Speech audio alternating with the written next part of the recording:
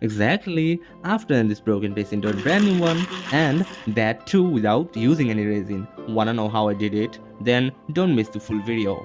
Today's craft's main material is this air dry clay, and while working with air dry clay, don't take out the whole packet, especially when you don't need all of it. Keep the rest sealed. And make sure to seal it properly and store it in an airtight container. That way, it won't dry out too quickly. And the amount of clay you're using, wrap it in a separate plastic so you can take just what you need later.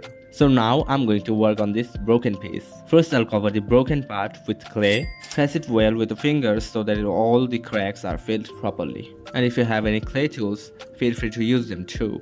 Once that's done, I'll move on the main part, making flowers with clay. And that's where I made the biggest mistake. Let me know in the comments if you can guess what I did wrong. Making flower is easy, just place a bit of clay and slowly shape it as you go. I don't actually have any clay tools, so I'm just using whatever I can find nearby. No need for me to explain the rest, you'll understand everything just by watching the video.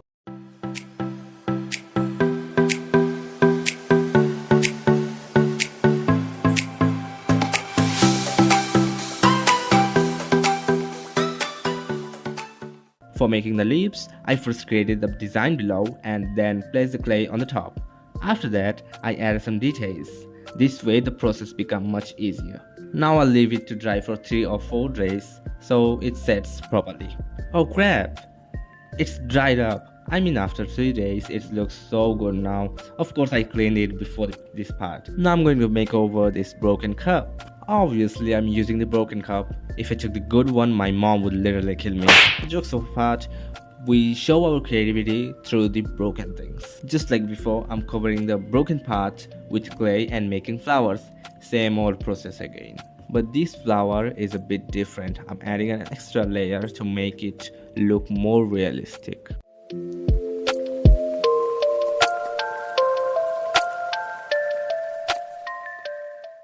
I'm trying to give it my best effort as much as possible. But without your support, how can I grow?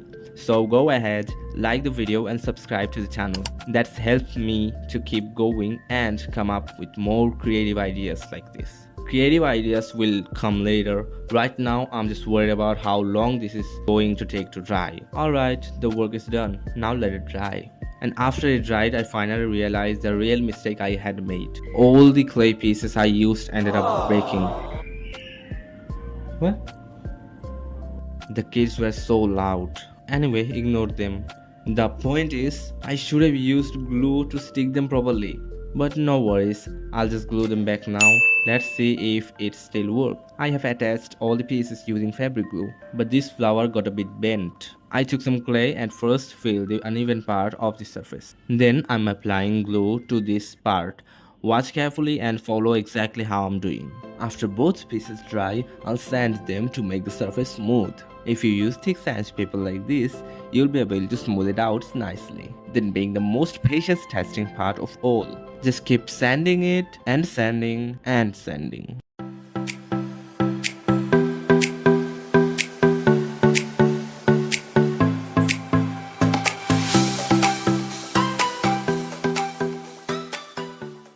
Once the sanding is done, I'll apply gesso on top.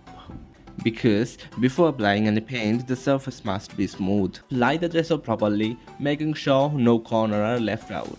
I'll apply only one layer of gesso only on the areas where there's clay.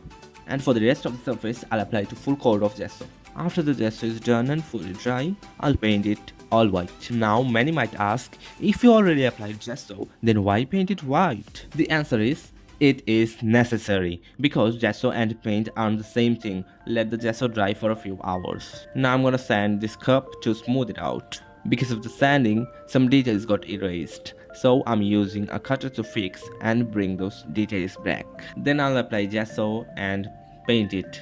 But there's the thing, I had to apply 3 layers of gesso because it just wasn't sticking properly. I'm literally exhausted from applying all the gesso over and over.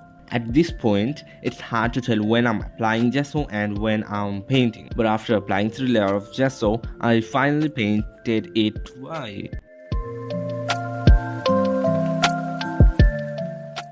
Now I'll color the flowers. I'll use blue for them. First, I would apply the base color, then gradually add details. I have seen many people use gouache paint. At first, I also thought of using gouache paint, but I don't have hemi gouache. If you guys all support me, one day I'll be able to buy that too. Since I don't have gouache paint, I'm doing the work using acrylic paint instead. Acrylic paint is too shiny to use directly, it can ruin the finishing. So I'll mix a little bit of gesso with acrylic paint to reduce the shininess and enjoy the painting process.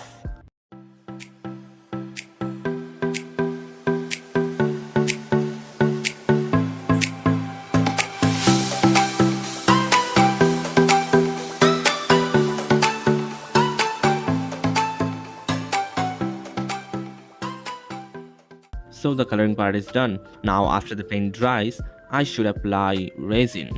But I don't have resin. I might not have resin, but I've got creativity and that's free. No resin, no problem. A little spray varnish and boom, professional finish without the hassle. But before spraying the varnish, make sure to gently clean the surface with a tissue paper.